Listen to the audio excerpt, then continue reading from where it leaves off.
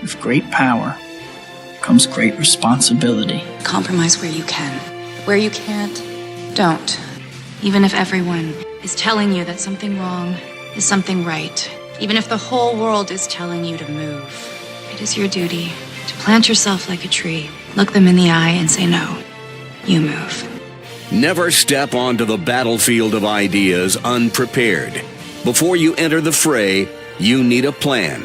And there's no better place to get one than right here on Tactics with host Caleb Colquitt. The Situation Room goes live now on News Radio 1440. Good evening, everybody, and happy Festivus. Thank you for being with us here on Tactics, where speech isn't violence, tolerance isn't love, and disagreement isn't hate. So if you've been a fan of the show for a while now, you know we always have a big Festivus special. Get excited. We are doing the Festivus special. We have the metal pole here. So we have the Festivus pole. It requires no decoration, no tinsel. I find tinsel distracting. So here we go. We're going to go ahead and start. And to introduce our guests for the evening, we actually have three guests for this Festivus. We have Matt Clark, Laura Clark, and my dad. So welcome to the program, guys. Thank you for being here. Great to be here. Thank you. All right. Well, it's great. So we're going to go ahead and get started the way that we always do with the airing of grievances. I got a lot of problems with you people, and now you're going to hear about it. So we'll go ahead and go through the airing of grievances. We do this every single year because I got a lot of problems, and I want everybody to know what they are. So we're going to go ahead and get started out. I will do the first one, as always. The thing that gets on my nerves probably the most is impervious ignorance. Now, what I'm talking about here is when you are in a discussion with somebody, it can be about politics, but it doesn't necessarily have to be. It can be about religion. It can be about any number of other things. And you know from the onset, when you start talking to these people, you'll present facts, you'll present evidence, you will show that they might have something wrong, and it just doesn't matter. The facts are completely immaterial. The Kyle Rittenhouse thing is actually a perfect example of that happened recently. You have Kyle Rittenhouse, they'd be like, well, you know, he was a white supremacist. Yeah, but he shot 3 white guys. Well, that doesn't matter. He's still a white supremacist. Okay, well, I can't help you. When you present evidence and they still just, you know, ignore it, not a whole lot you can do with that. Something that gets on my nerves. So that's my first airing of grievances. Who wants to go next? I'll go. We All can right. start in order here and go down there. That works for me. This is great for me, the grumpy old man segment of the show. Yes. I like this. First one I would like to say is the thing that bothered me the most, just in general, and I'm a big picture person, just in general, the weakening of our country. Weak in foreign policy, weak in our reaction to things, the way that our whole government, the whole tenor of our government is what bothers me right now. We appear weak and are weakening as time goes by. So that's one thing.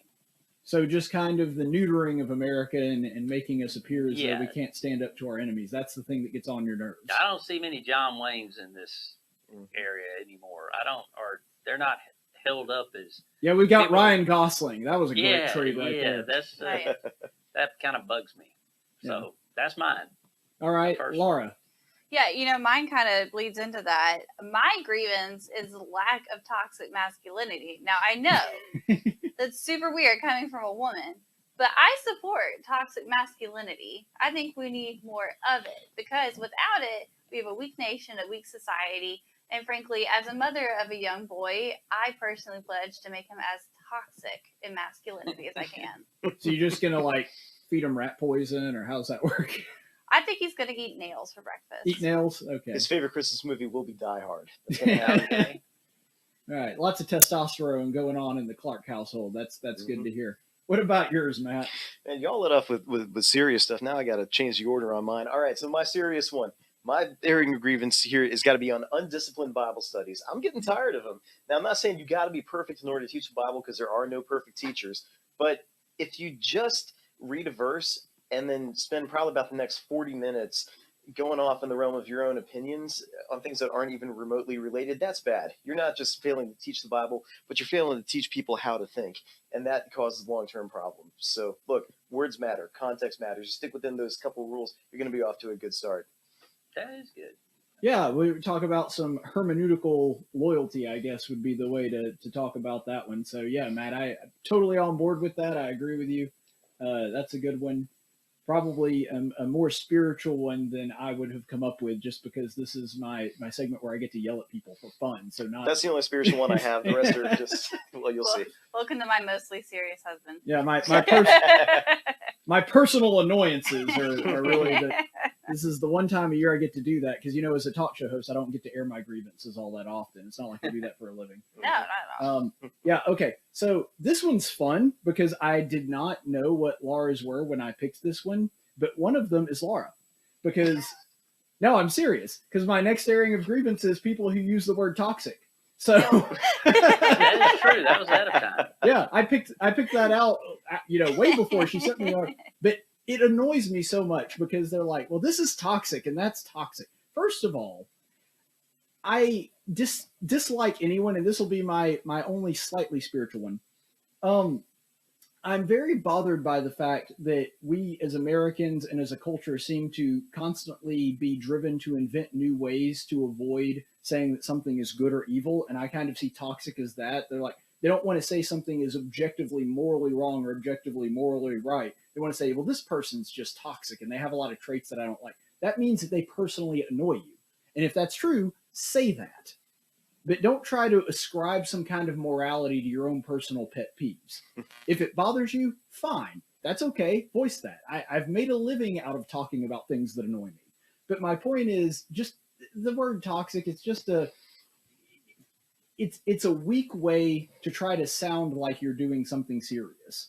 And that's the thing that bothers me, is it's more the way it's used. The only people that should be able to use the word toxic is when you're talking about something that is actually poisonous, or playing Pokemon, because of course it's attacking Pokemon. So if you're doing one of those two things, I'm okay with you using the word toxic. Other than that, don't ever use it again. If I never see anyone on social media use it again, I will be perfectly fine with that. All right. I think toxic is the genesis from Pokemon. It's the problem. I always had a problem with Pokemon anyway. Yeah, that. Pokemon did not start No. that. In fact, I don't think toxic was even an attack until the third generation. So Out anyway. of my wheelhouse. Yeah, I know. Dad never played Humans Pokemon. Aren't chemicals. Yeah, they're not. You doing a Jordan Peterson impersonation? She is. Humans Jordan Peterson. aren't Go-Gurt tubes. Knowing the actual definition of things, that's important. Yeah, use words correctly. That's Mhm. what we should. Because when I hear someone's toxic, I'm like, what are they, like boiling up poison in their basement? Like, Using words that don't go together, like soft commitment. In this recruiting thing right now, it's a soft verbal. What the heck is that? How can you? Anyway, can I do mine next? Yeah, We'll go ahead. there. Yeah. My grievance that our citizens are bowing to the government demands. Masks, vaccines, staying at home, not going places. That isn't American. We're militant. yeah. Liberals used to be militant. They were the most militant people. What if you just like staying home? Well, actually, Yeah, well, that's okay, but you know what I mean. You don't go to a ball game or don't go to a concert. You're scared Oh, yeah. to death to go shopping or. well, That's not what to I'm steal talking your about. Stay thunder, home if you but want to. I would argue that liberals are still the most militant. It's just they're militant on very specific things. Very bad to go outside. You're endangering grandma if you do. Well, unless of course you're protesting for Black Lives Matter, and then of course it's perfectly acceptable. That's Virus is woke. totally different. George Yeah. Floyd funeral. That's Right. okay. Mhm. Then, Yeah, then you that's can have 10,000 people standing shoulder Yeah. to shoulder, and it's perfectly fine. Because as we know, COVID is the wokest virus that has ever been invented, It's and it pretty knows good. not to affect liberal events. That's right. Oh yeah. But that's mine. Bowing to the government. All right, Laura. Okay. Laura doesn't remember hers. Okay. People who don't correctly use drinkware. Now, I'm just saying, if you find somebody who's taken a mug and they use that mug to drink water, not hot water, mind you, filtered through coffee beans as God intended, but normal water from the tap, they just use that all willy-nilly, like it doesn't matter. I can't even. What if that's the only cup you can find? There's other cups. Sometimes they're all Your dirty, hands. Laura. It's not always cups. Do the Not dishes. always. Yeah, that's a good point. I have drank straight out of the tea pitcher before Mhm. because there were no cups clean at the time. It's a I'm beautiful surrounded by attribute. men. It's a beautiful attribute of toxic masculinity. You should be happy about You this. you You asked all for more need women. masculinity. Yeah, you got it just then. I drank water out of a One of my favorite scenes in Home Improvement is when all the dishes are dirty and he takes the little cow-shaped cream dispenser thing and drinks straight out of the cow's mouth. That was hysterical. That's hardcore good right there. if I you know, ask me. right? I like it. He says it makes the milk taste better. It's straight from the cow. Yeah. Oh no, That's pretty good. you All all right. need women. Matt, what you got? All right. Not even close as serious as my first point, but okay, I got a big problem with this. LED headlights. Y'all are out there blinding people on the road, and some That's of a good y'all point. say that you get tired of getting flashed with high beams. Well, it's because everybody thinks you got high beams. All right, now Yep. if everybody thinks your high beams are on. You got to make some adjustments and not cause people to get in wrecks. I'm just saying. This on you guys. That's Nope. dangerous. I mean, it is, especially your old people who can't see all that well anyway. And then you get those things in your face. I'm with you on that one. That's a good one. Yeah, I'm with Matt. I think that's a good one. I'm okay with that being outlawed, personally. I'm not for a lot of government control, but I'm okay there. Yeah. Oh, so that's Mhm. like your one area of I can see where it makes sense. Okay, Well, I traffic feel like laws. that's a legit safety issue. Yeah, Yeah, she's I got do a too. point. Okay. Yeah, because I've almost crashed a few times, not just because I'm a female driver, but because I can't see when they do that. It's like one of Sure, those- that was why. That's it. it's like one of those prison lights in your face when they're hunting for the escaped Yeah. convicts. Yeah. And it hits you right in the face and you can't see anything. It's just not good. There's Maybe no that's what they're reason for doing. They're looking for escaped convicts as they're driving. That's the Yeah. problem. that. All These right. are the bounty hunter cars. Dog the bounty hunter rides with an Yeah. LED. All right. So this is my last one. And I know that this is going to surprise a lot of people, especially considering that I'm wearing an Auburn Santa hat. Matt's wearing one of my other Auburn Santa hats. You guys know I'm a big Auburn fan. Went to school there, everything. But spoiled Auburn fans. That's one of my grievances. Mm. Because they ran off Bo Nix and they complained about Gus Malzahn, and now they're complaining about Harsin, and we're never going to be good again. What's with the negativity, y'all? Here's the thing. I think that if you're overly negative as an Auburn fan, it's because you haven't been one long enough. I agree Because- with Yeah, that. I'm 32, so I'm a younger Auburn fan, but I remember the lean years. And I don't remember the super lean years, but I do remember. I do. See, now you remember the years a lot leaner than the ones I'm talking about. But I remember like pre-2000, the early Tuberville era and before that. I think that Auburn has just had some success go to their head, and we've gotten a little spoiled, and we expect to win every game. And there's Auburn fans now, I'm just going to be perfectly honest, y'all talk like Bammers. And that drives me crazy. When we got Auburn fans like, well, we didn't win a national championship this year. We might as well have just not played at all. It's all a waste. No, you can have a good season without winning at all. Sure. Obviously, I want to win a national championship. That's Mhm. great. Everyone does. I'm thrilled that I was able to be a student at Auburn in 2010 when we won one. But don't act like if you don't win everything that the whole thing's a waste and it wasn't worth watching or anything. That's a Bama fan attitude. I don't expect it because I'm 58 and I've only seen one. Hmm. There's not a, Yeah. you know what I'm saying? Yeah. The yeah. odds against me seeing one in my lifetime are pretty remote, or Mhm. not That's a good likely point. to happen. That's fair. So, Well, I thought we played pretty good in the Iron Bowl. oh yeah. yeah, it did. Yeah. How long has it been since we've like come that close to beating Bama? Yeah, it was like Three- Rocky 3 1. years. 2019. Yeah, it's not been that long, but I know what you mean. Yeah, That's the best game Yeah. we've played all it was year, probably. respectable. Yeah. Yeah, it was kind of like Rocky 1, where at the end of the day, Apollo Creed technically wins the fight, but Rocky did such a good job keeping it competitive that he was the real winner at the end. That's a Yeah. good analogy. That is a very good Yeah. analogy. Suck it, Apollo Creed. All right. Yeah. Dad, you're up next. Okay. I hate white men stereotypes. Hmm.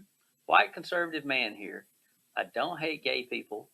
I don't hate alternative lifestyle. I don't hate people because of the choices that they make. It's automatically assumed because of my biblical view of that. And I've been accused of this before. Well, you hate them. No, I don't. That's true. I've known I Dad don't- my whole life. He hates everyone equally. That's just how he is. Well, I used to tell them I didn't like them. Yeah. All of them. But I don't. There are a lot of things along those lines that changes have taken place in my lifetime, but it doesn't mean because I have a different view that I hate them. It's in your beginning every time, Right. yeah, on your show. It isn't, it's not hate.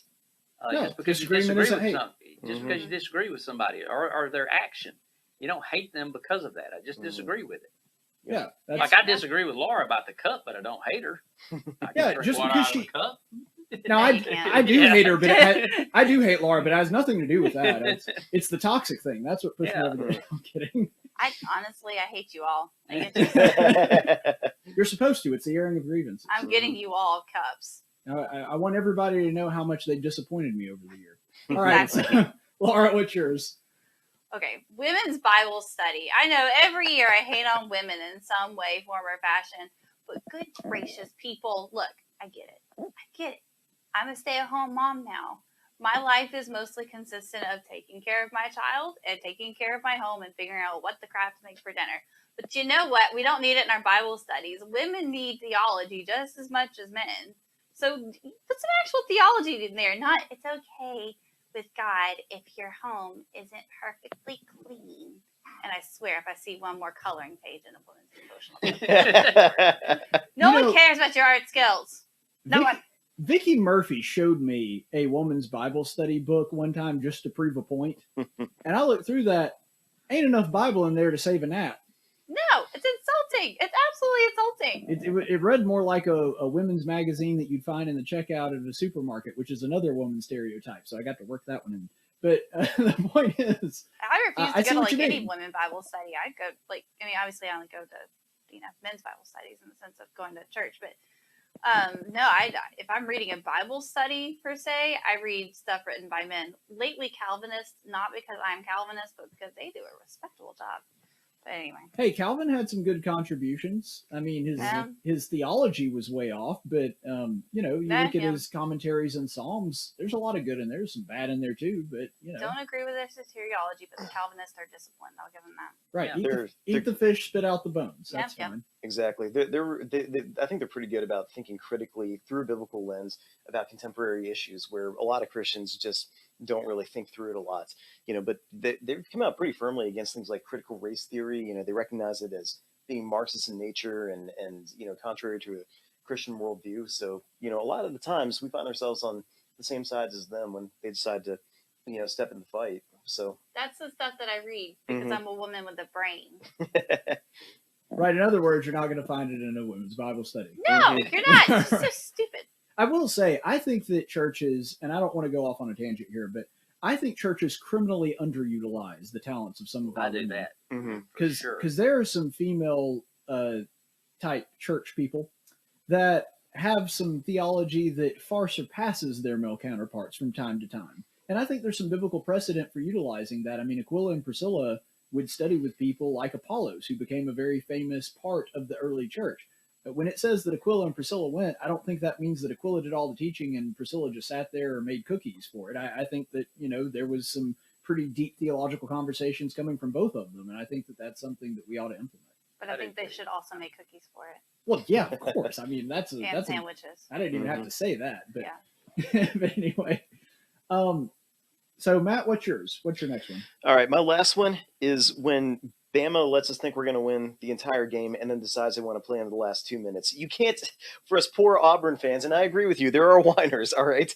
But, we thought, we weren't even ranked going into the Iron Bowl, and then here we come, and we are giving Bama a heck of a fight, all right? So if you're going to let us win or be that close to winning the entire game, you can't decide you want to show up in the last 2 minutes and then just smash all our hopes and dreams. Well, you could say that to a lot of teams against Auburn this year because they wait until the last 5 minutes to take the lead. Yeah, it's true. I tell Laura, when the Lord calls me home, I'm probably going to die of a heart attack watching an Auburn game because it's always down to the last few minutes. Or Redskins. Yeah, that too. Right. The team formerly known as They're still the Redskins. They're still the Redskins. They just are. I'm still convinced that they changed it to the Washington football team so that everyone would continue to call them the Redskins because no one calls them the Washington. Because it doesn't work. As a broadcaster, you can't say, well, the football team beat the Steelers today. Go football team, go! Which football team? Yeah. You have to say the Redskins. Anyway. All right. That's all I had for the airing of grievances. And now in keeping with Festivus tradition, especially since my dad's here, he and I will wrestle for 6 hours and then Festivus will be over. And the feats of strength. Right. The feats of strength. That's the next part of Festivus. All right. Seriously, though. It is Christmas time. And because of that, I got Dad, being a member of my family, I'll see him on Christmas Day. So I'm going to wait to give him his Christmas present. But I'm going to go ahead and give Matt and Laura their Christmas presents. We'll wait for Matt. Matt's taking care of the youngest of the Clark clan. Sir James. So baby James is over here with us. It's nice. We actually get to have a little baby here with us with Christmas. So Yeah, our last time we were on, I was pregnant with him. right. So actually, this is his second appearance on Tactics. Grab him, and I'm going to do as I'm told. How about that? Hey, James. Hey, bud. James, Daddy's gonna hop off in a few minutes, so you got to fill in for me, okay? Yeah. Get the daily dose of stupid. Whenever they talk about AOC, I need you to giggle. All right, that's Hey. that's your job. Hey, and buddy, no spitting up on the mics. Those are expensive. There we go. All right, but I am going to go ahead and give you guys your Christmas present. So, Dad, if you would reach under the tree there. Yeah, reach under the tree. Right, reach under the tree. We got the tree there. And if you will grab one of those, it doesn't matter because it's the same one. So whoever wants it. There we go. And then there's another one under there Oh, thank for you. Laura. It's under there where? It's a little Santa Claus tin. Oh, okay, I got you. Yes. I thought that was just Is it in the way there boozy? or something. Yeah. So you guys can go ahead and open those now. Wanna help Mama? It's a card. White privilege card. Yes. Wow.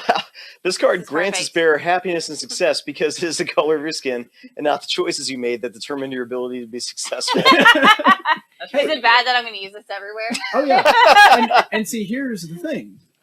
If anybody ever tells you to check your privilege, now you can just open up your wallet and go, yep, still there. Yep. I'm totally That's using those. great. I have too many liberal friends that I'm going to have fun with on that. Yeah, so That's your awesome. official white privilege card. Happy You wanna hold 'em? Festivus. Yeah, I'll hold him. All right, guys, glad you like it. And Matt's actually got to cut out for a meeting here in just a minute. So bye, brother. Good to see you, man.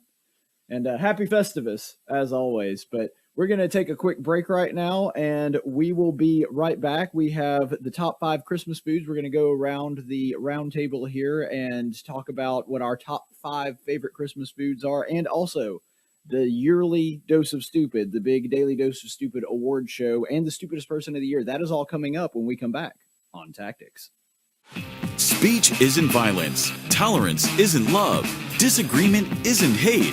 You're listening to Tactics with Caleb Colquitt. If you want to hear more, subscribe to him on YouTube, like him on Facebook, or follow him on Twitter at Tactics Radio. Hey, where you going? Champ? Slugger? Hey, cowboy. Where you going? Where you going? I'm going out! Hey everybody, it's Caleb here, just cruising down I-65 North, and if you've been watching my show for any amount of time, you know that I say 3 things whenever I start this show. Speech isn't violence, tolerance isn't love, and disagreement isn't hate.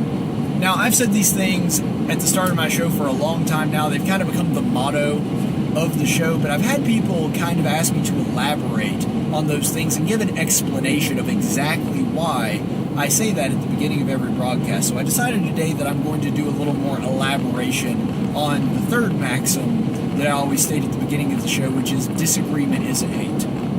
Now, this one is incredibly important. I don't think that you could point to any one of these 3 things and say that, okay, this one is by far the most important, because they're all pretty darn important.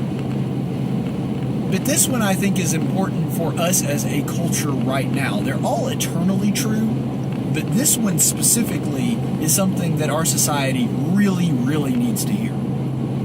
Because there has been a very effective lie that has been perpetrated throughout our society that disagreement is hate. That if you disagree with someone, if you don't like their political stances, if you don't like their religion, if you think that they are wrong in something, it must be because you hate them. But this thing has 2 meanings. First of all, we need to always remember that just because we disagree with someone, it does not mean we have to hate them. And that protects us from sort of piling up resentment and hatred in our own hearts towards people just because we may disagree. But it's always wise to not assume that the other person hates us just because they happen to have a disagreement with us. And so we have to remember that from both sides, both that it's not wise for us to assume that someone hates us, and also we don't need to use our disagreement as a rationale for hating another person. And the reason that this is so important is because we see this all the time, and sometimes people just say it outright. They just come out and say that. Especially if you're somebody that has kind of conservative, libertarian leanings. It happens on both sides, and I understand that, but it seems very prevalent that if you have those kind of beliefs, that people, especially on the left, because I think it's politically effective as far as the argument goes for rallying people to your side, they just say that you must hate people if you have a disagreement with them. A great example of this is because I am a small government person, and I believe that big government actually harms the people that it claims to help, I tend to not really like things like welfare spending. And usually when I state this, the automatic response to whatever welfare program I'm against, be it Social Security or universal medicine, it's always, oh, you must hate poor people. Well, no, I don't hate poor people. I think that this program is hurting poor people and keeping them in their poverty. But I'm not going to go into the details of that and explain all that because it's really beyond the scope of what we're talking about here today. I'm just using that as an example that you don't hate people just because you have a disagreement with them. And I think that this is something that actually is not just a political problem, that it is a lie directly from hell itself. And I know that that's a very bold statement, but the reason I'm saying that, there is quite a bit of rationale behind this. Look at the Bible. It is filled with narratives of people that did things that they shouldn't have and needed human beings to come and correct them and point out their flaws. Because as human beings, we're imperfect and we have blind spots. I know that's an uncomfortable truth, but it's true. And because of that, occasionally, we need other people to step in and point out what we are doing wrong. And we could look at any of our Bible heroes, and part of the reason I love the Bible is because it does portray its heroes as flawed individuals that need correction. We could look at Paul, we could look at Peter, we could look at Abraham or David. They had people come to them when they were doing something that God wouldn't approve of, and most of the time they didn't even realize they were doing it. They thought they were doing the right thing, and they had someone come along and correct their error to point out to them, no, what you're doing is not okay. And because of that, they took it seriously, and they contemplated it, and they changed their lives as a result to make themselves more acceptable to God.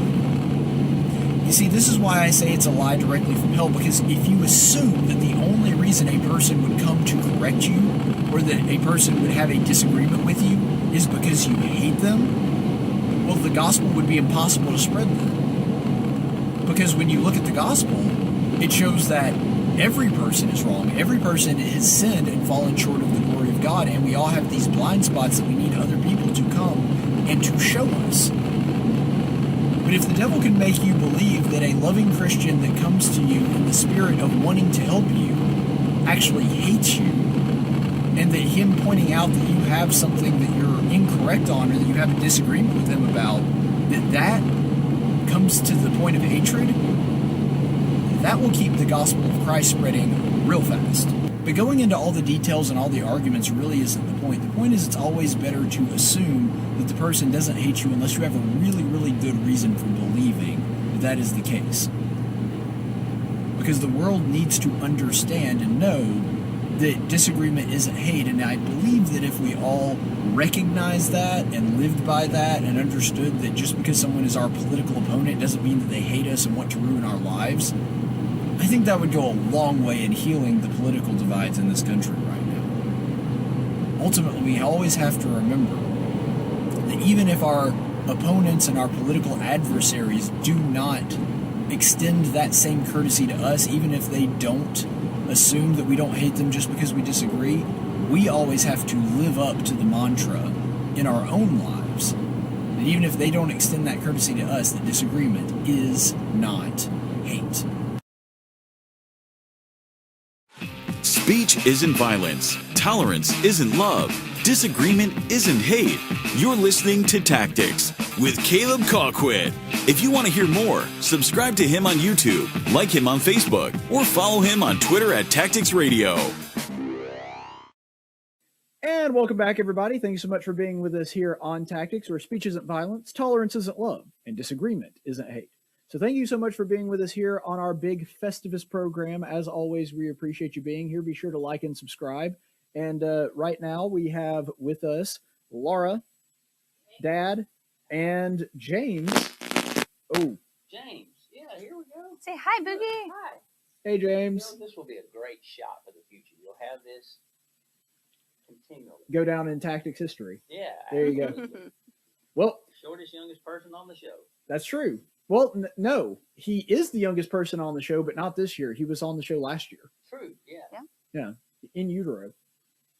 So anyway, let's go ahead and go to our top 5 Christmas foods. And since I went first last time, why don't we do ladies first this time? Laura, you want to start us out? Well, it's hard for me to talk about my favorite food since, as a female, it's my job to make the food. So really, I just, go off of what other people want because I'm just like that. But my favorite foods are gingerbread cookies, boiled custard, which is apparently just a southern thing. I don't know. It's weird. Dressing. What is boiled custard? Hold up. You don't know what boiled custard is? Literally never heard of it. Oh, that is maybe it's not even just a southern thing. Okay, it's an eggnog alternative.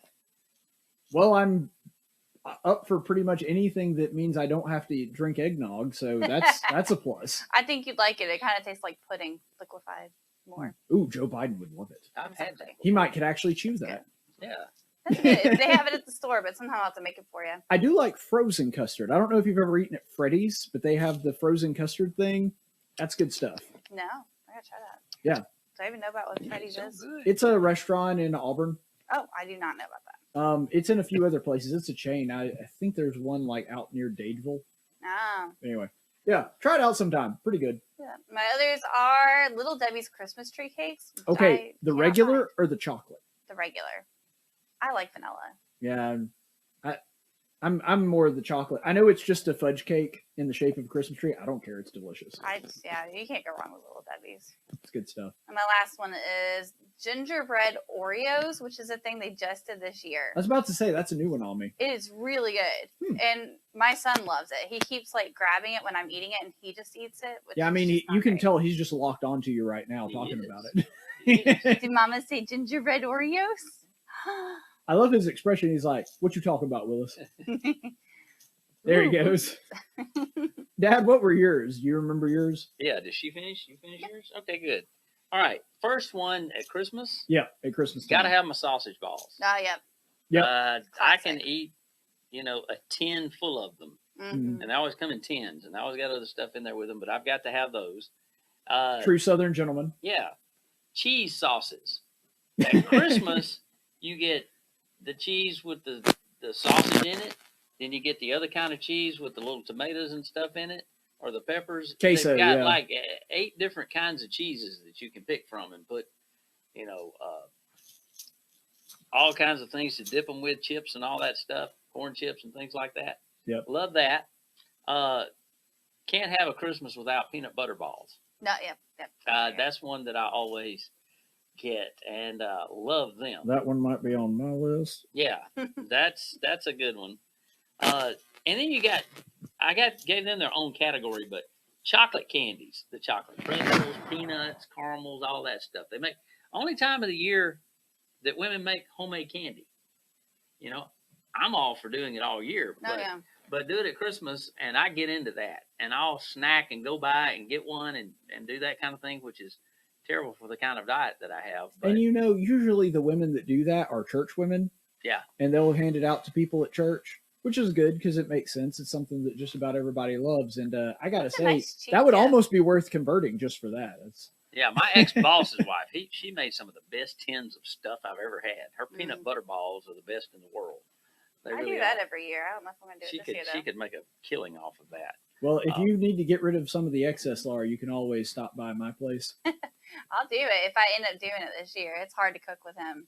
And then the Christmas cake, to me, red velvet cake. It's Christmassy looking, plus I like it. Yeah. That's one of my things. Uh-oh. Oh, goodness. Need to quit smoking. I don't think you like Need red a velvet cigarette. cake.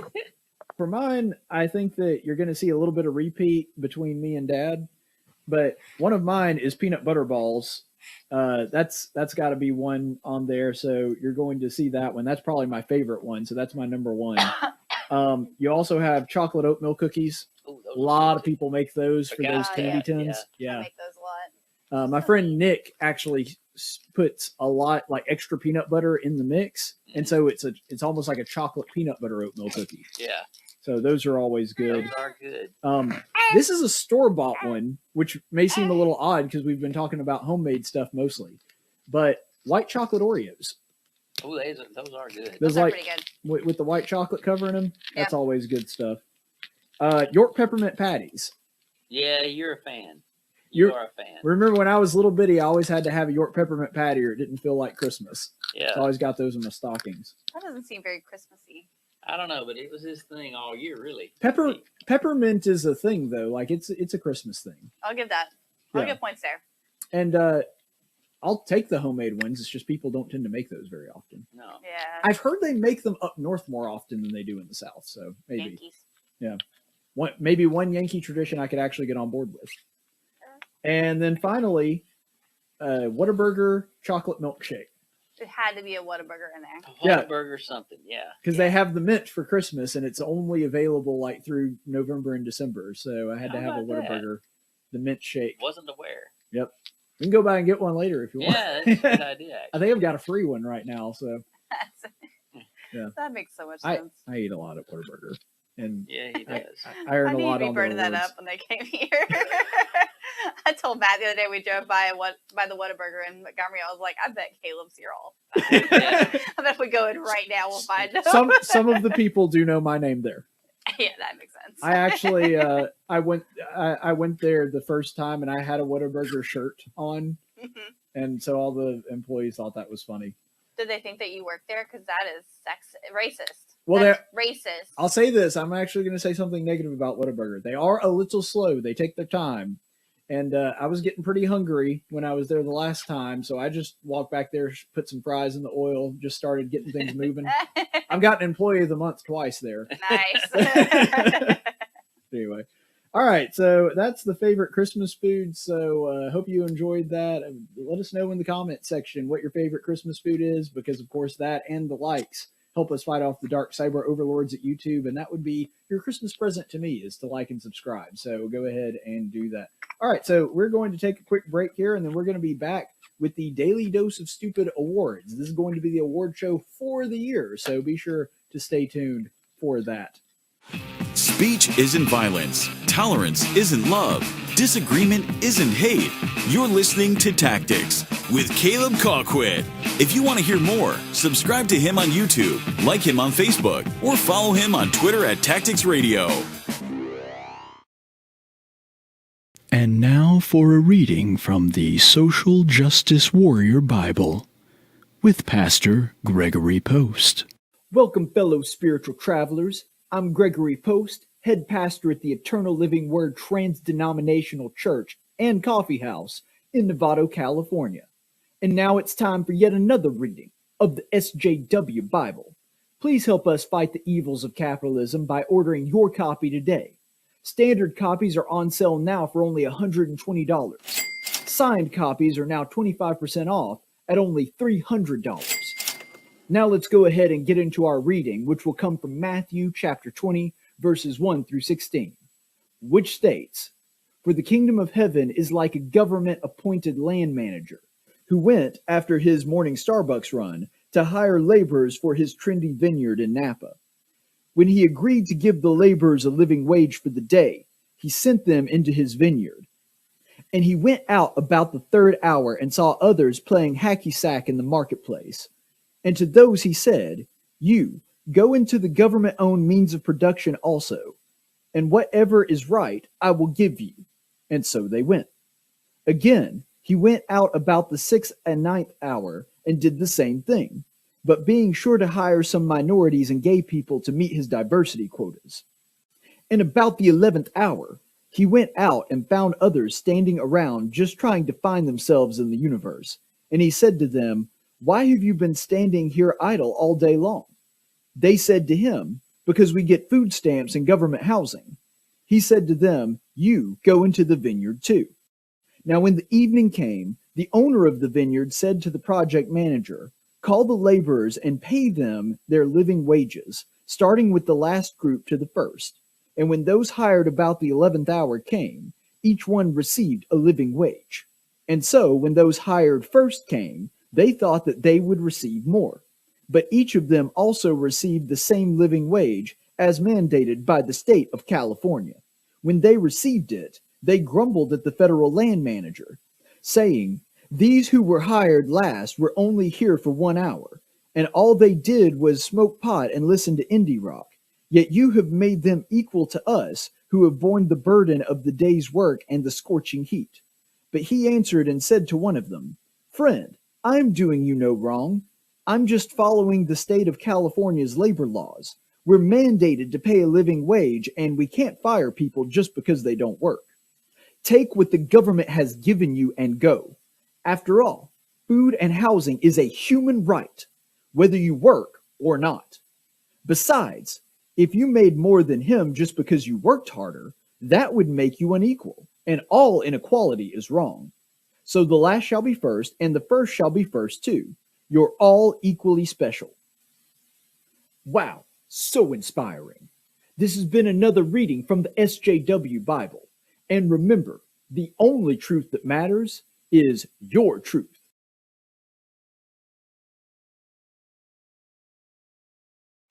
Speech isn't violence. Tolerance isn't love. Disagreement isn't hate. You're listening to Tactics with Caleb Colquitt. If you want to hear more, subscribe to him on YouTube, like him on Facebook, or follow him on Twitter at Tactics Radio. And welcome back, everybody. Thank you so much for being with us here on Tactics, where speech isn't violence, tolerance isn't love, and disagreement isn't hate. Now we're going to go on to the annual dose of stupid. No, you messed it up. You're stupid. That's right. We have the annual dose of stupid, the daily dose of stupid award. So what we're going to do is we're going to be counting down the top 5 stupidest stories of the year, followed by our announcement of who is the stupidest person of the year. So the way that works is we'll give you the 5 stories that we thought were the stupidest, and then we will give you the person who was featured in the daily dose of stupid more than any others. And we're going to go ahead and count down the top 5 for the daily dose of stupid. But before we do that, let's go ahead and give our honorable mentions. Honorable mention. Dad, did you have one that didn't make the top 5 that you thought was especially stupid? Yeah, this one was especially stupid. Since baseball is near and dear to my heart, Of course. the tomahawk chop being racist and the whole thing surrounding that, all the pomp circumstance with making that into something that's actually important for one thing, Right. and taking up time, effort, and energy of people and making it into something that it's really not.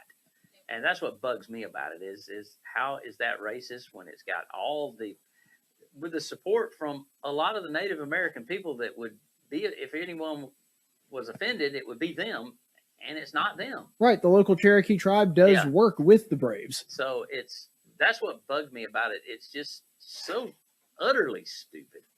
And then on top of that, the wrong people care about it. Mm-hmm. Well, I mean, hey Laura, I don't think your mic's on. It's not. So there you go.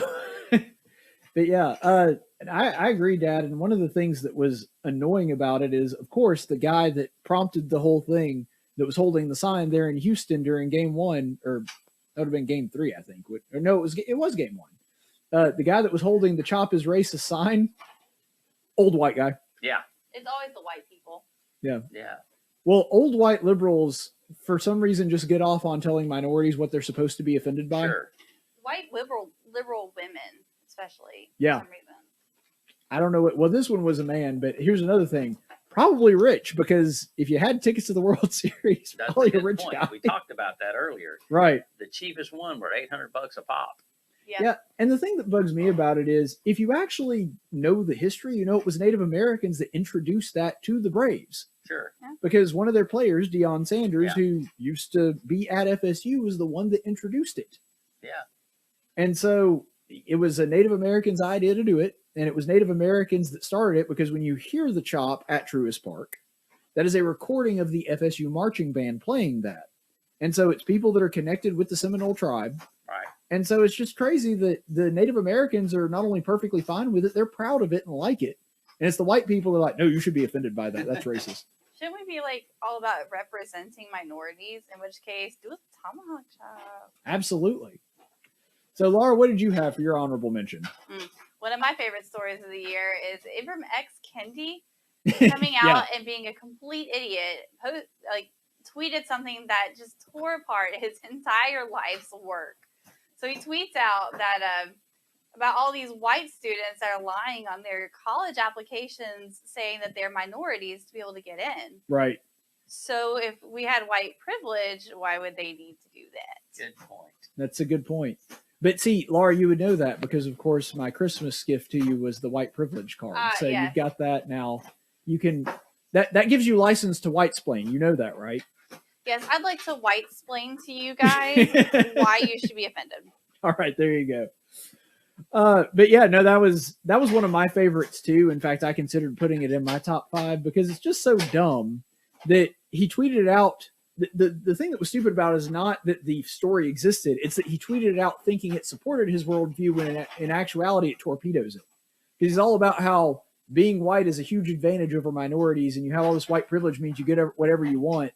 And then it turns out that the white kids are like, no, actually, it's a disadvantage to be white. We'd like to be considered minorities when we're trying to get into colleges. Right. Anyway. I've heard of some really, some white people, 4.3 GPA, it still can't get into some colleges because they're white. Yeah. It's true. And kind of in conjunction with that, I remember that Lauren Chin tweeted out in response to that they were looking at, I think it was Harvard's admissions, and they grouped white people and Asians together to make it look like the minorities were really disadvantaged. But if you count the Asians, it actually makes it look not as bad. Asians, they ruin the curve for everybody. Asians ruin everything. Anyway. All right. So let's actually go into, I forgot my honorable mention. Mine was Roy Johnson. So it's a local story. He writes for AL.com. I remember that he worded it in his actual story that he wrote for AL.com when we were talking about whether or not there would be a mask mandate on students for schools in Alabama. He said, sending your child, and he was talking about elementary age kids, sending your child to school without a mask is like throwing them into traffic. Do you know how many children in the state of Alabama under the age of 14 have died from COVID-19?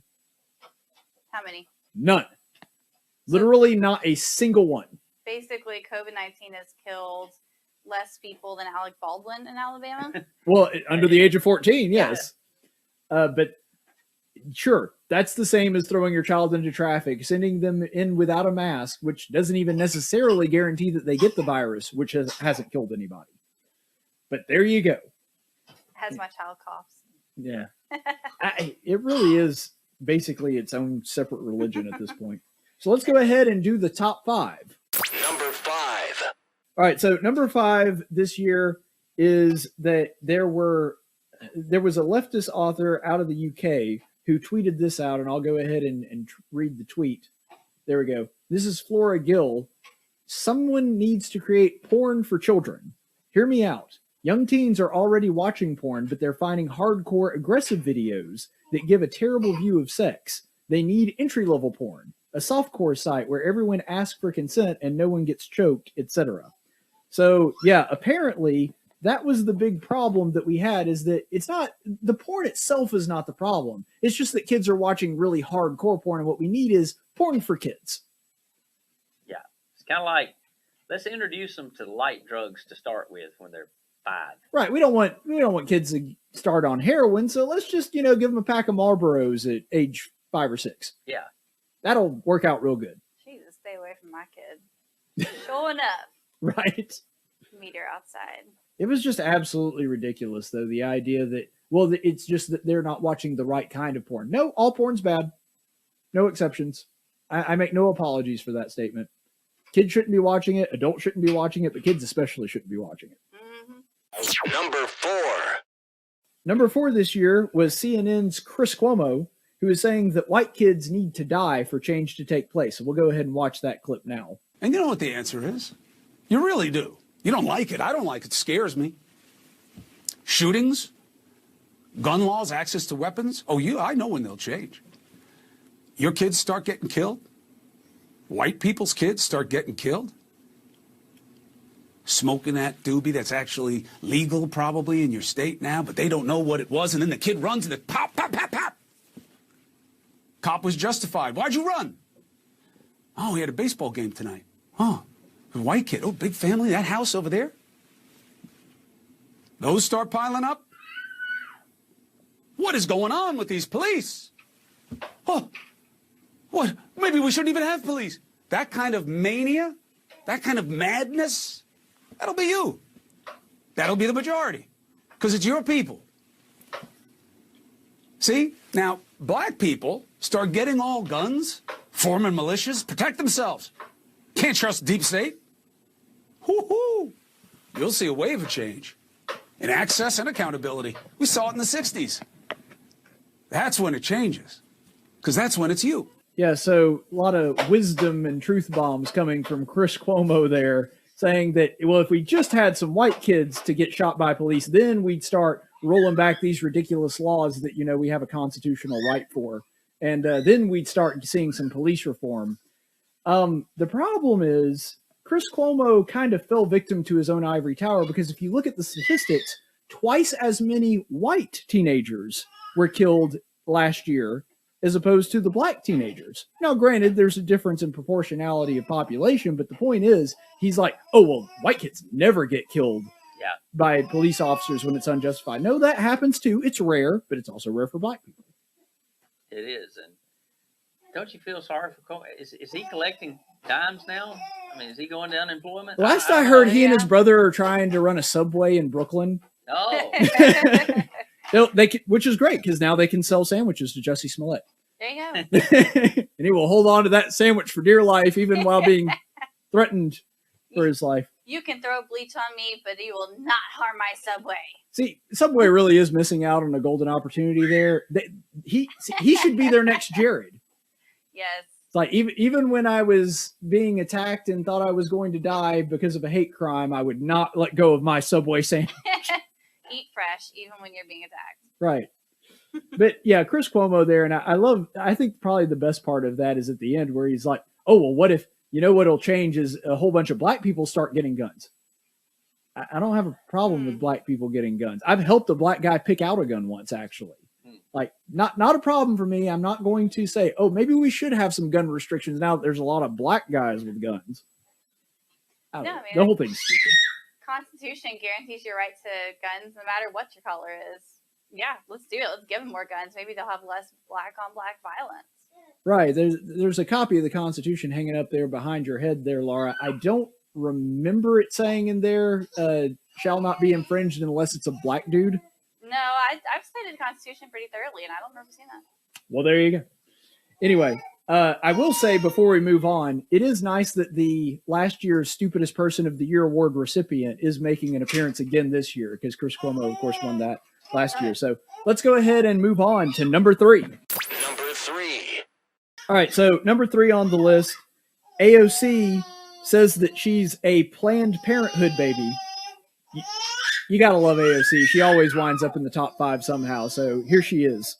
First and foremost, I don't want to hear a single person on this committee or outside of this committee talk about valuing life when they continue to uphold the death penalty, when they continue to support policies that disproportionately incarcerate and lead to the deaths of Black men and people throughout this country, and uphold an absolutely unjust medical system that exists for profit that allows people to die because they can't afford to live. In addition to that, if we want to talk about Planned Parenthood, let's talk about how many lives Planned Parenthood has saved and how many babies have been born because of the prenatal care provided by Planned Parenthood. And if you don't believe it, and if you've never met a Planned Parenthood baby, I'm happy to let you know that I am one, and that my mother received and relied on prenatal care from Planned Parenthood when she was pregnant with me.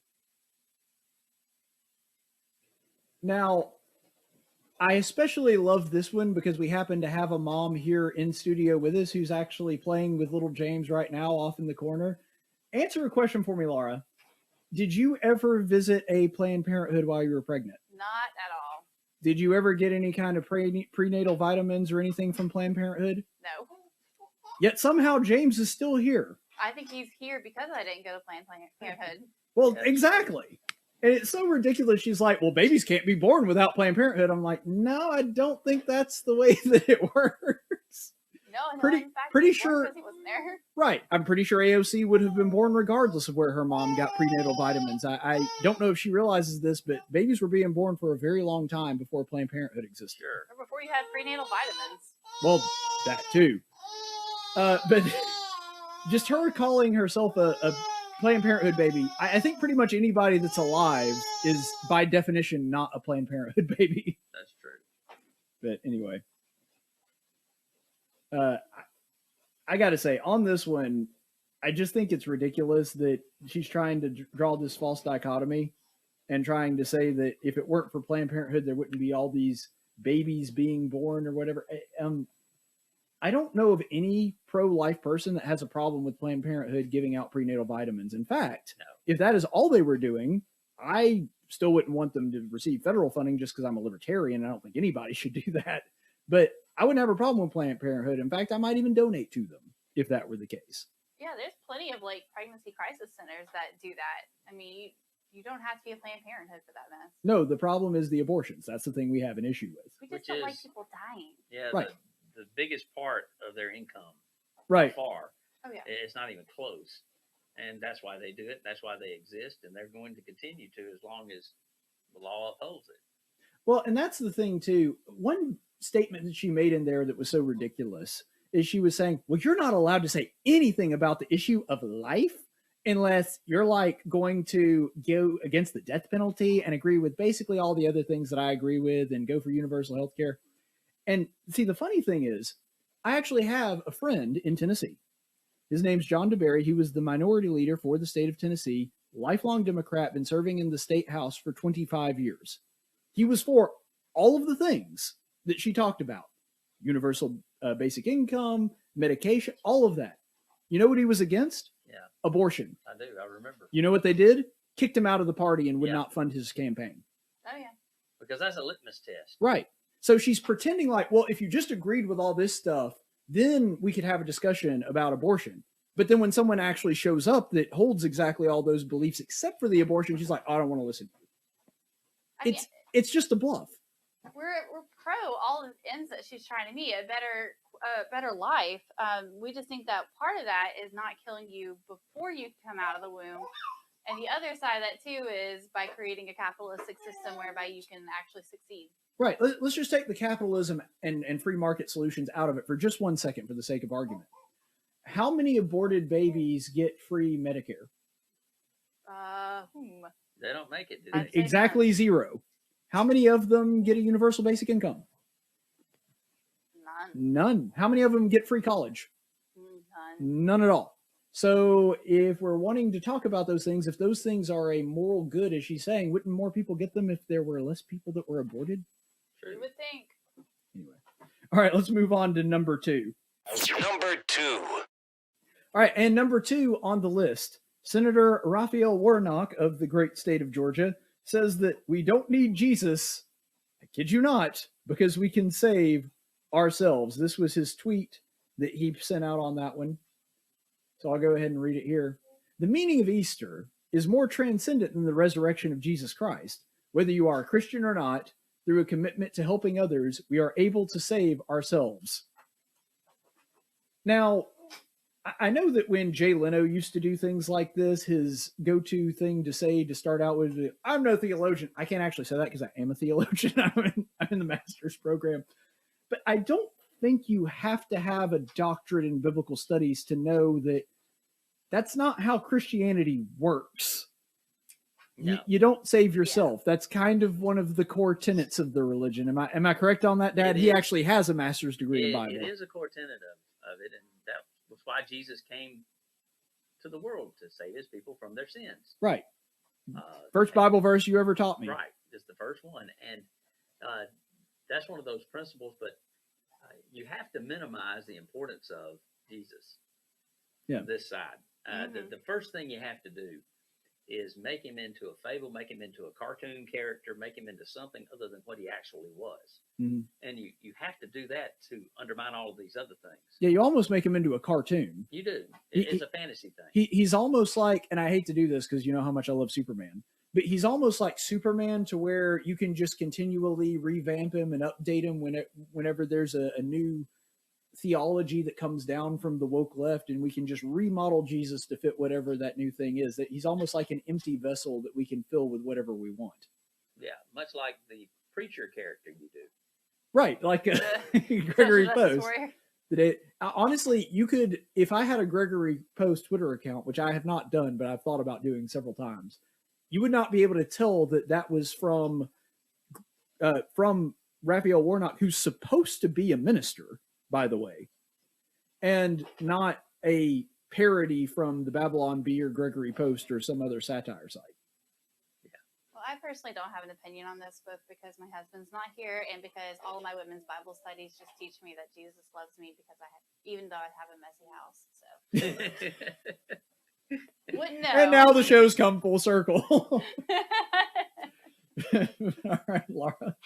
Actually, I hate that Matt's not here with us because I know that this is one that he ranked as his number one, and he and I both ranked this one as number one, and so I was like, me and Matt together. Oh yeah. Anyway, I just thought it was so ridiculous because somebody that's supposed to be a preacher missed like one of the very first primordial teachings of Christianity, that you don't save yourself. That there would be no reason for Jesus to come if you could save yourself. Anyway. So true. Yeah, I think that Jesus would be like, do you think I wanted to die on a cross if you could already save yourself? That was really, really painful. Yeah. Anyway. Didn't seem worth it to me, guys. I don't know. I mean, I guess maybe it was because he's also Jewish, but I don't know why I launched into a Jerry Seinfeld impersonation there, but maybe it's the Festivus spirit in me. I don't know. Are you saying that Jesus probably sounded like Jerry Seinfeld? No, I'm not saying that at all. Anyway. And number one. All right. And number one on the list. You know what? I'm not even going to intro it. I'm just going to let you listen to it. We ask it in the name of the monotheistic God, Brahma, and God known by many names, by many different faiths. A man and a woman. I'll never forget hearing that the first time. And I said to myself, they're trying to make God into a woman. This whole idea of trying to have a sex with God and to try to make him more human, I guess, is part of the reason why this is done too. And to try to make him more feminine. And I suppose that's the genesis of where this comes from. I don't know. It's Shaq all over again. Yeah. What's funny is both of our top 2 daily doses of stupid this year were a preacher that's supposed to know the Bible, and this guy apparently doesn't even know what the word amen means. Like, he doesn't realize that it's not men as in the gender, it's just amen, which is a word that means it is so. Of course. Already knew that, but that requires brain cells. Yeah, and it goes back to we've got to feminize it. I guess is the way I took it. We feminized religion so much lately. Yeah, I mean it's ridiculous. I mean, this guy just like took it to a whole other level when he did it. But yeah, he's just a product of what was made, which is a feminized Christianity all around. Okay, so quick question: when his breath is bad and needs a little help, does he get woman-toast? I mean, are we just going to put woe in front of every time the letters MEN happen to appear together in a word that has nothing to do with gender? Yeah. Like, it's just stupid. A woman hole instead of a man hole? I don't think you want to talk about that. I might have to edit that out. That's you stepped in it, Dad. I know what you were talking about. He came out of one of those. Yeah, that's a good point. Kidding, Caleb. He was C-sectioned. We're providing so much editing. Yeah. Caleb's like, I'd stay up all night to edit this crap.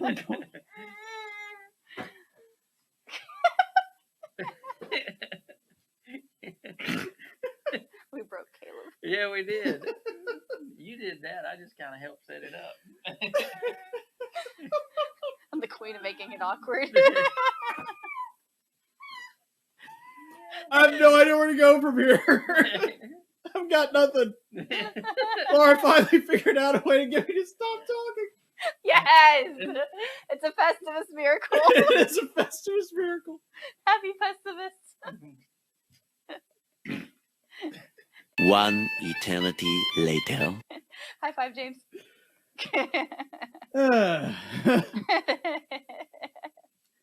There's only been 2 times in my entire broadcasting career where I just lost it like that. So that was the second one. All right, happy Festivus. That's the end of the episode. Seriously though, I really do think it comes from this idea of we have to gender neutralize everything and defeminize. Here's the thing: God doesn't have a sex. He because sex is a physical thing. Yeah. He doesn't have a physical body. Now, when he did have a physical body and manifest himself in the form of Jesus Christ, he was a male. But the character of God is neither male nor female. However, in his word, he most often uses male lingo and pronouns. I was going to say symbolism to represent himself. And I do think we should respect that. Sure. But the idea that everything must be both male and female and it's just ridiculous. And that was, of course, misapplied. Right. And in that case, it's a word that doesn't even have a gender. Yeah. It's meaning truly, not. But that's the thing. They're so desperate to make everything PC. Right. And actually, the worst part of the prayer was all the stuff that came before it. It was not the actual ending of it. That was just kind of the thing that stuck out the most. Yeah, James getting just a little bit fussy there, but don't worry, we are going to keep going. James is going to go take a nap. And bye, Laura. Thank you so much for being on the episode. And happy Festivus to you and to all. And Dad and I are going to stick around, and we are about to announce the stupidest person of the year. That's stupid. You're stupid. Stop being stupid. And now it is time for that glorious time of year where we do the stupidest person of the year. The way that we tabulate this is whoever has made the most appearances in A Daily Dose of Stupid wins the award. Now, as those of you who've been watching the show know, this year I had to scale back the show quite a bit, only did 1 show a week, and because of that, frankly, it was a lot harder to tabulate this just because there's fewer Daily Doses of Stupid, which meant there were fewer votes. What wound up happening is there was a 3-way tie. 3 people that tied for the award with 3 appearances each. Jen Psaki, Joseph Robinette Biden, and Alexandria Ocasio-Cortez. However, as a tiebreaker, the way that I decided who was going to be the stupidest person of the year was I decided the best way to handle it is, well, Jen Psaki is the spokesperson for Joe Biden, and so in a roundabout way, it's kind of like her incidents of saying something stupid are at least adjacent to his. And so by that effect, I just went ahead and named Joe Biden stupidest person of the year. So for the first time in the history of the show, a sitting president has been named stupidest person of the year. Congratulations, Joseph Robinette Biden.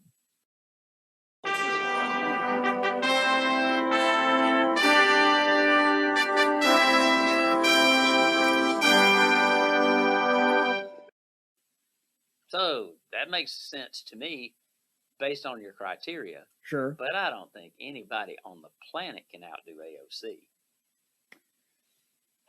Yeah. I will say, you'll notice that none of Joe Biden's stories made the top 5. Yeah.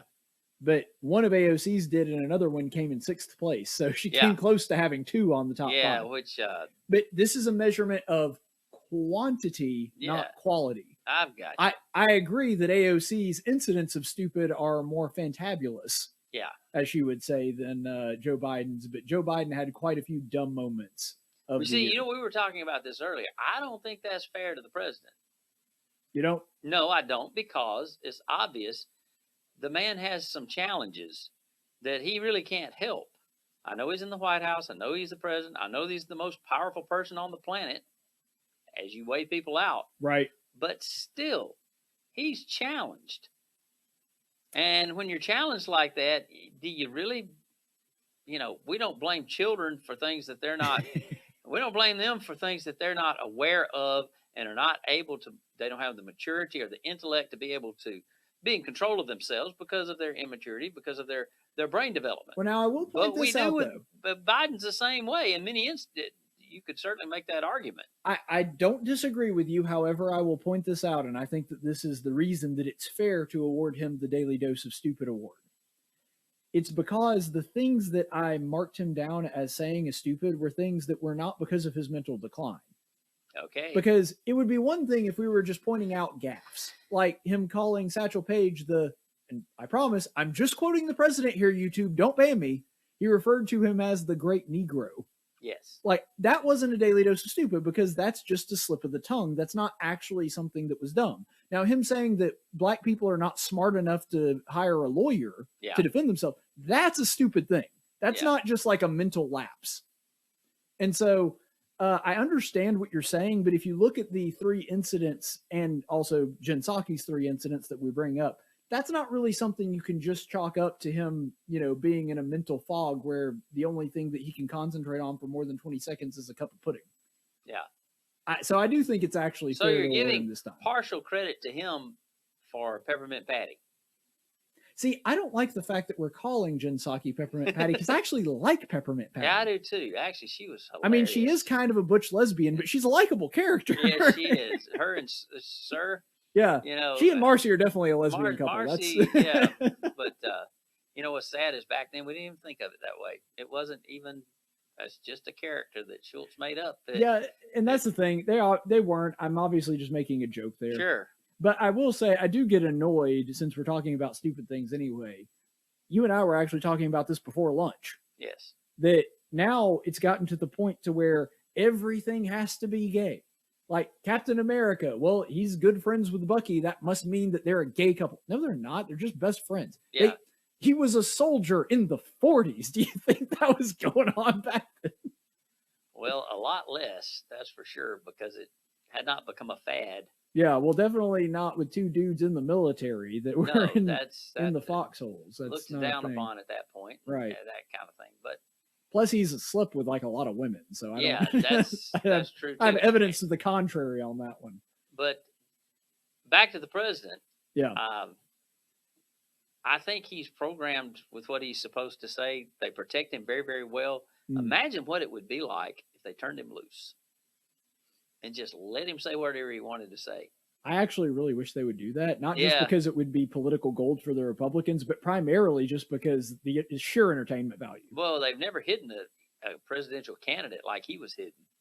And that's part of the protective process for the president because they're so afraid that he's going to say something. That is one of the reasons that I have said to people over and over again, and I know that they mean well by it, but Trump supporters, they use this argument all the time, and it's a dumb argument. They're like, oh, it's not possible that Joe Biden legitimately won the presidency because, Trump would draw 20,000 people in a cornfield where Joe Biden would have 6 random people that didn't even realize that an event was going on show up to his. Now, that is true, but the thing is they were specifically trying to hide Joe Biden, and so they didn't invite big crowds to those things. Yeah. Now, they did it under the guise of COVID restrictions, and they wanted to be COVID safe, but really what they were trying to do was the same strategy KIV uses, which is don't talk to any voters before Election Day. Yeah, just be as quiet as possible and let us run the commercials, and we'll dictate the message. Right. And you'll win if you don't make many mistakes. Yeah, perfect example of that. Joe Biden was saying that it was just a junk report and fake news that they were going to give $400,000 to illegal immigrants for family separations, and he told the journalist that, no, you're just making that up. And then later, like 3 hours later, Joe Biden's staff comes out like, no, the president's fine with that. That's it. Yeah. I mean, you can tell the guy's being handled. Yeah, he is being handled. He can't process new information. Like he still thinks of himself as being the guy that he was probably 15, 20 years ago, because that's the last time he remembers anything. Yeah. And so because of that, when someone says something that 1995 or 2005 Joe Biden wouldn't have supported, he thinks that that's still his position, when he doesn't realize his staff is actually the one setting the policy. Yeah. If you ever get the opportunity about the president, one of the best things that has been done on him is an impersonation by Rich Little. If you ever get the opportunity to see that, it's absolutely hilarious. He's one of the greatest of all times, and he captures Joe Biden very, very well in some very easy. It's not voice; it's the way he reacts and the way he moves around and everything. He's got him on. Yeah, he's got him spot on, I think. Well, I'm a little bit of not to his level, but I do some impersonations myself. Have I shown you my Joe Biden before? No, you haven't. All right, here we go. Watch it. You ready for this? I'm ready. Right. Yeah, that's my Joe Biden. Yeah, All but right. he's better that way. See, I don't have a problem with him going to sleep, taking a nap. I wish he would, get started in the morning at 9, take a lunch, or an early lunch at 11, and take a 2-hour nap at 2, and We're much better off. Normally, I'd agree with you. And that was one of the reasons when Hannity would talk about Obama taking golfing trips, like, Hannity, shut up, man. I want him on the golf course as much as possible. But with Joe Biden, because it's his staff running everything, I honestly don't know that makes a difference. I think he's kind of doing the same stuff regardless of whether he's asleep or not. Because the staff is really the one doing everything. So Joe Biden, stupidest of the year? Stupidest of the year for 2021. So this is the 5th year we have done this. He is now the 5th winner and the only sitting president to ever win this award. So congratulations, Joseph Robinette Biden. Yeah, pray for the president. For sure. All right, let's go on and go to the chaplain's report. In 1775, the Continental Congress created the Chaplain Corps. Under the command of General George Washington, each soldier was required to attend worship service every Sunday. While other armies advanced on their feet, Washington's troops advanced on their knees. It's time for the Chaplain's Report with Caleb Colquitt on tactics. And Chaplain's Report today is going to continue our series in 1 Samuel. So for those of you, because we did take a break for the holidays, we did one on Thanksgiving. And so for those of you who may not remember where we were last time in the story, what has happened is that David has been hanging out, hiding from King Saul, hiding out in the high mountains, and he runs across a guy named Nabal. And because he and his men have been there helping his men with the labor, helping protect the flocks and the sheep because he's a shepherd, he's been there working with his men and his hired hands and workers, trying to keep his flock safe because, they're around and they do so. And then David asked for something in return, a little hospitality, take care of the men, make sure they have enough food, that kind of thing. And Nabal just flat out says no. Nabal just straight up refuses, actually throws some shade at him, doesn't want him around and says, I don't even know who you are, get out of here, that kind of thing. And so that's important to note because it is going to play into the end of the story. Because we saw what happened last time we left is that one of Nabal's own servants goes not to Nabal, but to Abigail, his wife. And the reason he went to his wife is because he thought he would get basically a fairer hearing from his wife, that she'd actually pay attention to him. The servant actually acknowledges there, Nabal doesn't listen to anybody. He's not going to listen to me. When he finds out that David is really upset about this, it's not going to be something that affects him. And this guy is ready to go to war. And we see David is now, because he's been not only denied, what he actually did help produce, but more importantly, he's been insulted, and this, being in an honor culture, is a very serious offense. The fact that he's been denied hospitality, he's ready to take out Nabal and everybody in his company.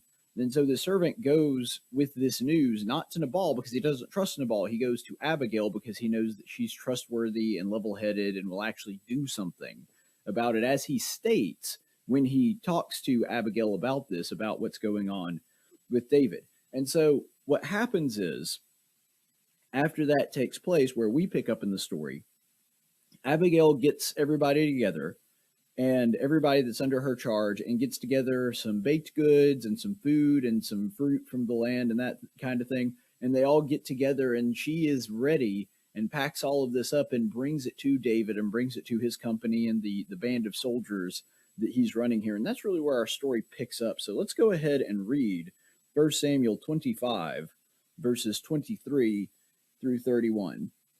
When Abigail saw David, she hurried and dismounted from her donkey, and fell on her face in front of David, and bowed herself to the ground. She fell at his feet and said, On me alone, my lord, be the blame, and please let your slave speak to you, and listen to the words of your slave. Please do not let my lord pay attention to this worthless man, Nabal, for as his name is, so is he. Nabal is his name, and stupidity with him. But I, your slave, did not see the young men of my lord, whom you sent. Now then, my lord, as the Lord lives, as your soul lives, since the Lord has restrained you from shedding blood, and from avenging yourself by your own hand, now then, may your enemies, and those who seek evil against my lord, be like Nabal. And now let this gift which your servant has brought to my lord be given to the young men who accompany my lord. Please forgive the offense of your slave, for the Lord will certainly make for my lord an enduring house, because my lord is fighting the battles of the Lord, and evil will not be found in you all of your days. Should anyone rise up to pursue you and to seek your life, then the life of my Lord shall be bound in the bundle of the living with the Lord your God, but the lives of your enemies he will sling out as from the hollow of a sling. And the Lord does for my Lord in accordance with all the good that he has spoken concerning you, and appoints you ruler over Israel. This will not become an obstacle to you, or a troubled heart to my Lord, both by having shed blood without cause, and by my Lord's having avenged himself. When the Lord deals with my Lord, then remember your slave. There's several things to unpack in the speech that Abigail gives there when she runs into David, but there's a couple things that I wanted to note here that I think we should especially zero in on. One is she took blame for something that was definitely Nabal's fault. Now, she does say in there that she was unaware of the situation going on, but she says, nonetheless, this is my fault. I want you to think about this. Now, Nabal should have done something, and he also should have acknowledged David when he requested some hospitality, and he also should have been the one that got in touch with his wife if he wanted her to do all of these things. He didn't, and he did not want to do these things. When offered that opportunity, he shunned it away hard, slammed the door right in David's face. Like, it wasn't just that he rejected him, it's that he did so specifically with insult and with malice. He didn't just, it wasn't enough to just deny something to David. He actively wanted to insult him on the way out, cause as much pain as possible. This is a very malicious, evil person. And yet, despite all of that, and despite that being Nabal's problem that he had to deal with, what does Abigail do? She takes the responsibility. She says, David, this is my fault and my fault alone. Now, there's a couple different ways you could look at this, but I think part of that was because as a wife, as the woman that is in charge of the household, she saw hospitality as something that was chiefly her responsibility. Now, that's not to say that men do not also bear the responsibility of hospitality as well. Nabal should have taken care of this, like I said. In fact, there's several biblical examples, including Abraham, of men extending hospitality to guests and extending hospitality to those of goodwill. But Nabal didn't do that. Nevertheless, Abigail says, you know what? I'm going to take the blame for this one. I'm going to take responsibility. That's the man's job. He's the one that is in charge of taking responsibility. A good man will shield his wife from this kind of blame. But Abigail took on the blame herself of her own free will because her husband failed to do so. He failed the role of leader and head of the household.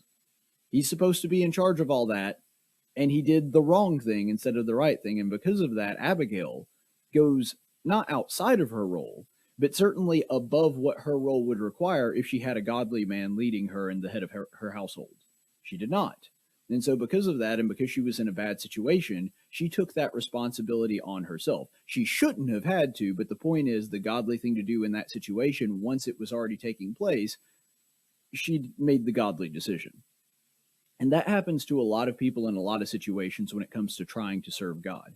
There's a lot of times where we really shouldn't be in a situation if everybody was behaving the way that God intended. However, we wind up having to make a tough decision regardless. Because something has happened that put us in a not favorable position, we had to opt to do something that we wouldn't have normally had to do, but the godly decision is still to do the right thing. And that's what Abigail recognizes here, and that's what she does. And, you know, there is a little bit of stroking the male ego here. I don't think that anybody reading this story would deny that, because remember, the insult that Nabal flung forward is one, and he knew who David was. There was nobody in Israel at this point who didn't know who David, the son of Jesse, was. He wasn't king yet, but he was a very famous person. People were singing, literally, this is part of the story, literally singing his praises in the streets about how he's slain 10,000 Philistines. And so he's a very, very famous person at this point. There's authorities running around looking for him, and Nabal goes out of his way to insult him and says, "Who is this David, and who is this son of Jesse? Basically, get on out of here. I don't care about you. I don't care who you are. You're nothing to me." That's what he's actually saying. What does Abigail say? She not only says that David has acted correctly, she doesn't only show a ridiculous amount of humility, probably more than was necessary, and she not only acknowledges the good work that David has been doing for them and her family personally, but she also talks about his past, his history. She talks about the slings of his slingshot. What's that a reference to? Well, obviously, it's a reference to something that happened earlier in David's life when he slew the giant Goliath. And so there's a little bit of stroking the ego here, and that's really not a bad thing. Now, you don't need to be insincere. You don't need to flatter people under false pretenses or just to get what you want. But Abigail saw this as something that was necessary to kind of undo the stupidity of her husband. Like, he was trying to go out of his way to insult David. She goes out of her way to kind of flatter David and counteract that. And so she's doing the exact opposite of what her husband was doing. And I want you to notice something else here too. And this is probably something that doesn't need to be stated for the 2,000 plus years that the New Testament has been around, and about the 3,000 years since this has happened.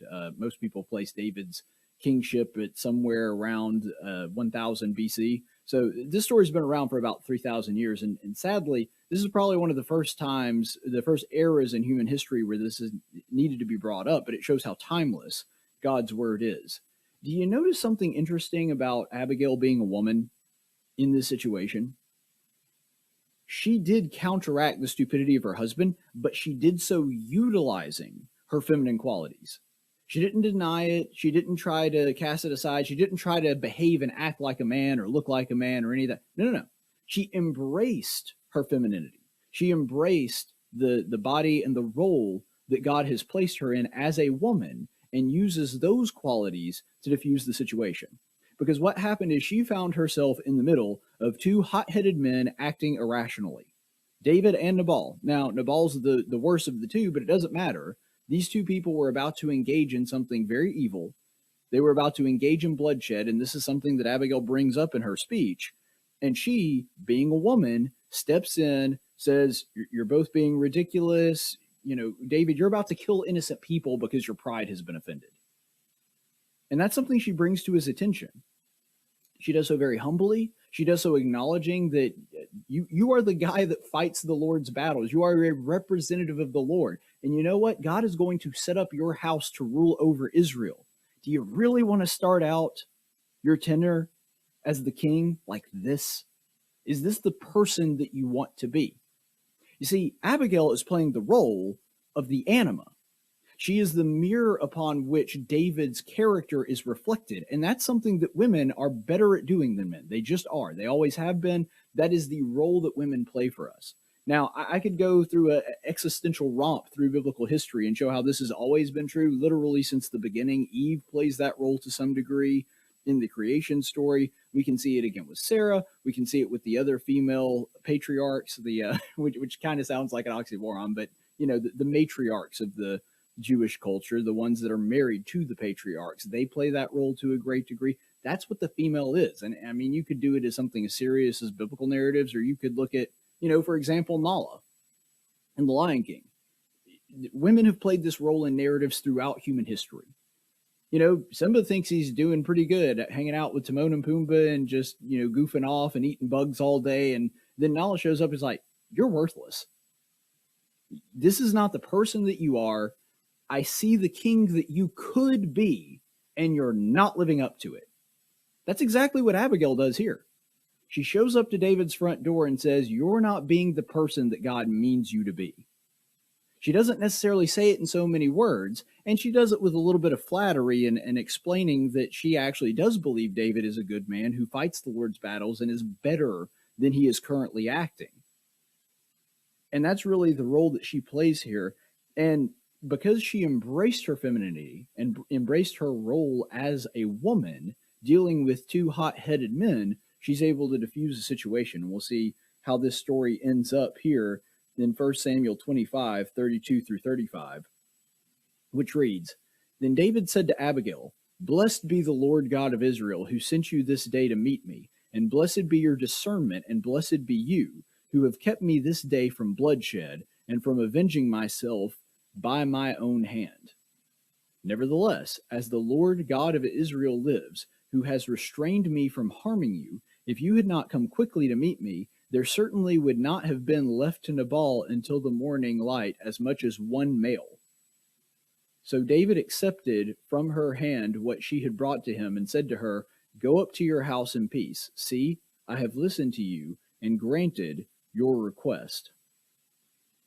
I really love this story because of the players and the interplay here. Do you notice something that David said at the beginning? You know what? You're right. You kept me from shedding blood today. You kept me from making a huge mistake. You made me realize this. Now, is David somebody that just goes around killing random people who have offended him? No.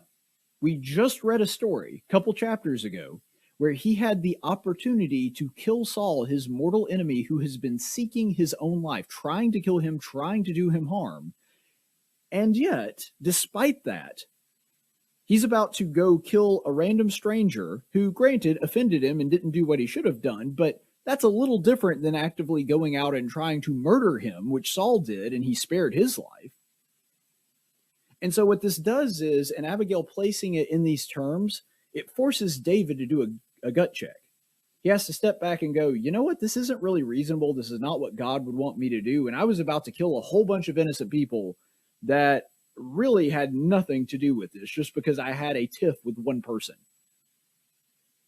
And David is remorseful, and he says, it must have been God that sent you to me.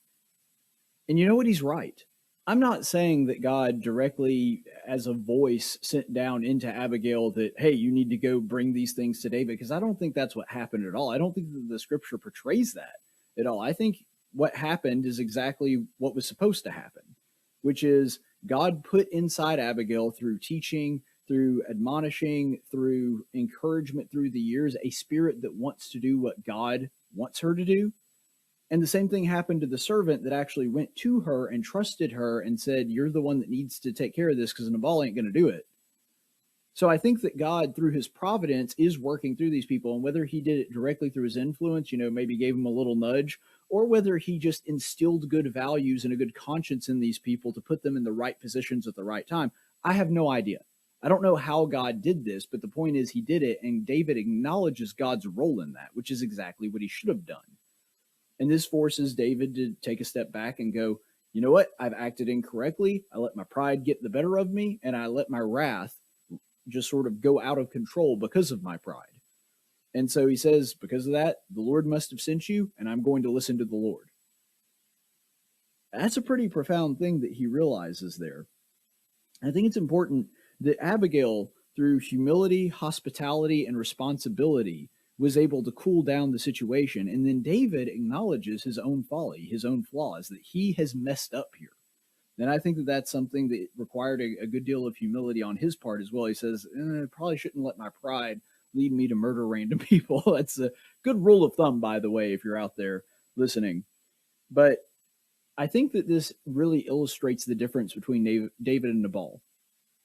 Because as I said a couple lessons ago, when we looked at David's initial reaction, Nabal's a bad guy. David's also a bad guy. They are both acting incorrectly and out of step with what God would have them do. Now, did Nabal put David in that situation? Sure. But does that excuse David's behavior and reaction to it? No, it does not. David, of his own accord, did this. And yet, when God sends Abigail a messenger to tell him, look, you're not acting the way that I want you to act, David takes a step back and goes, you know what, you're right. I'm sorry. I messed up. I'm not going to go through with this. That's what a good man does. And that's what sets David apart from Nabal, because both acted incorrectly initially. But the difference is when the Lord offers some correction to David, David takes a step back and goes, you know what, Lord, you're right. I'm sorry. I screwed up. Nabal wasn't going to. We've already seen that from Nabal's character. And so what we have now is a contrast between these two. We can choose to either be a reactionary like David, and when we do overreact and when we do mess up, we choose to instead go with what God would have us to do. and correct ourselves, or we can be like Nabal, who's so stubborn and pig-headed that we just stay on our course regardless of whether someone brings up, hey, you're not doing this the way that you should. You know, it reminds me of a quote from C.S. Lewis where he says, we talk about progressive and we talk about who is the most progressive. He says, but the thing is, sometimes the most progressive thing a person can do is if they are on the wrong track, if they are going down a pathway that is the wrong pathway, the most progressive man is not the one that continues down the wrong pathway. It's the one that turns around and heads in the other direction. Now, that would seem not progressive to the person that's walking backward, but if you took a wrong path, the most progressive person is the one who's actually going backward so that he can find the right path. And that's exactly what's happening here. David was on the wrong track, so was Nabal. The difference is Nabal saw the other path and goes, no, thank you, I'm going to stay the way that I am now. David says, yeah, I should adjust my behavior here. I screwed up. And that's the difference between these two. So I guess, and this is a good time of year where everyone's focused on being men of goodwill and trying to focus on being a better person. This is a good time of year to bring this up because you really, I think a lot of us kind of go back and forth between being a David and being an Abigail.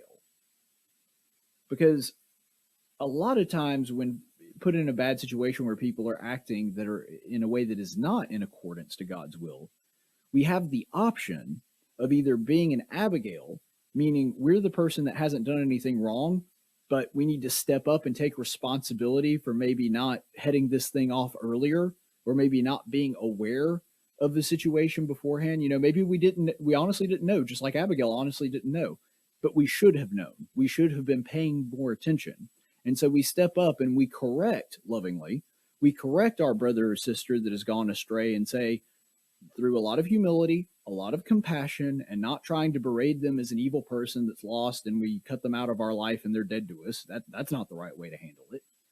We go up to them and say, look, there's some good qualities here. You can be better than this. God designed you to be better than this. He wants you to be better than this. We can be the Abigail in that situation.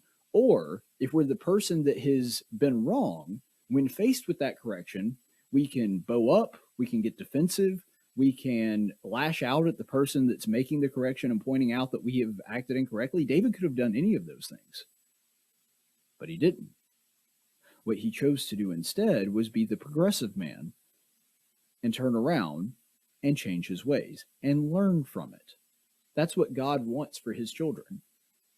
You know, instead of doing things our way, we surrender our will to God and do things his way because we understand in the end that's actually going to work out better for us. And David had learned that through years of experience. So when faced with this correction, David said, you know what? The Lord's way is better. My way is not. And so since the Lord was gracious enough to send me this woman to remind me of what God would actually want me to do and how he would actually want me to behave, I'm going to start behaving differently. When confronted with a brother or sister in Christ that has a good point and is actually saying there's some things here you need to work on, that may be God talking to us. Just like David acknowledged here, we need to listen to that. So don't shoo it away. Actually take it to heart and choose to make a change, because sometimes, just like he did in this story, God acts through people you don't necessarily expect. So that's going to be our Festivus episode. Thank you so much to all of my guests, Dad, Matt, James, and Laura. And thank you so much for being here with us. We're going to be back for another episode after the first of the year. No shows until after New Year's. But we'll be back and we'll see you next time. Until then, stay the course, friends. Thank you for listening to the Tactics Podcast. Tactics is a production of Not Ashamed Media. Any opinions expressed on this program are those of the host and do not necessarily reflect the opinions of our business partners or sponsors. Graphics by Jessica Dawson. Video production by Jackson Dean. Broadcast studio provided by Faulkner University. Location studio provided by Del Reyta Church of Christ. Copyright 2021.